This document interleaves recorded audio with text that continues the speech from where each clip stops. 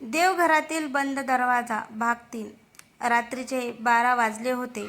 आरवने थरथरत्या हाताने देवघराचा बंद दरवाजा पूर्ण उघडला. दार उघडताच आतून थंडगार वाऱ्याचा जोरदार झोत बाहेर आला. संपूर्ण घरात घंटा आपोआप वाजू लागल्या. सगळ्यांचे डोळे विस्फारले, कारण देवघरात कोणतीही मूर्ती नव्हती.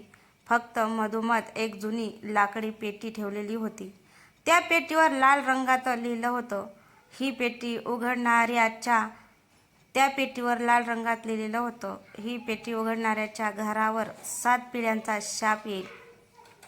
आजी घाबरून ओरडली, आरव, त्या पेटीला हात लावू नकोस.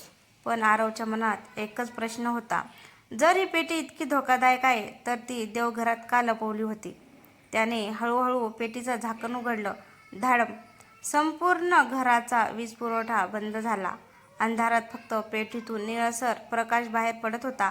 त्या प्रकाशात एक जुनी डायरी आणि काळ्या दोऱ्यात बांधलेली चावी दिसत होती. डायरीच्या पहिल्या पानावर लिहिलं होतं, जर तू ही डायरी वाचत असशील तर शाप पुन्हा जागा झाला आहे. तेवढ्यात आरवच्या मागून कोणीतरी अगदी हळू आवाजात कुजबुजलं, उशीर झाला, आता तो परत आला आहे. आरवने मागे वळून पाहिलं, पण तिथे कोणीच नव्हतं. आणि अचानक देवघराचा दरवाजा स्वतः जोरात बंद झाला. आरवने थरथरत्या हाताने डायरी उघडली, पण त्यात एकही शब्द नव्हता.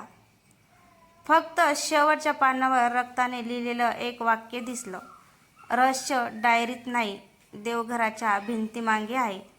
हे वाचताच आरवने भिंतीवर हात ठेवला. धडम! भिंत आपोआप सरकू लागली. आता पूर्ण काळोख आणि त्या अंधारातून कोणीतरी म्हणालं, आरव, इतके वर्ष मी तुझीच वाट पाहत होतो. तो आवाज ऐकताच आरवच्या चेहऱ्याचा रंग उडाला, कारण तो आवाज त्याच्या मृत वडिलांचा होता. आता पुढे भाग